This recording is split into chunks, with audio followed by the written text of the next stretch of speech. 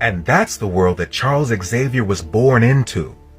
A world of not only racial inequality, but human and mutant inequality.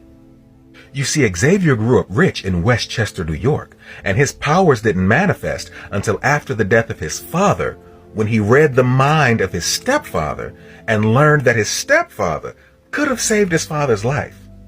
And from that moment on, Charles Xavier was privy to the darkest parts of humanity, because he could hear all the evil and mean things people say about each other and themselves, because he could actually see into their hurt, into their pain, and identify it. See, he knew why hurting people hurt people. And that made him compassionate towards humanity.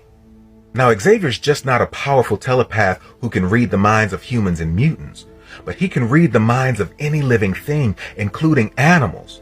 He can perceive the world from their point of view. His telepathy is so powerful that it can manifest itself physically, and he can hit you with a thought. Xavier's abilities are so powerful that he can make you see things that aren't there, make you feel things that aren't there. He can paralyze you on one side, both sides. He can lock you in your mind and not let you out. He can rewrite your mind and make you think you're somebody else. He did it to Wolverine, and even with Wolverine's regenerative powers, it still took several years in order for his brain to reset. So if he wanted to, Xavier could have you thinking you a chicken for the next 50 years until you come back to yourself. Not only that, he could read the minds of anybody in his vicinity, and if he wanted to, he could take away your powers, and you could do nothing about it.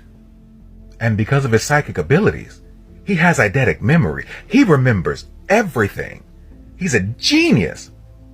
He has a PhD in every ology on the face of the earth, and he invented Cerebro, a machine to amplify his powers so that he can read the minds of every living being on the face of the earth. Professor Xavier's a bad man.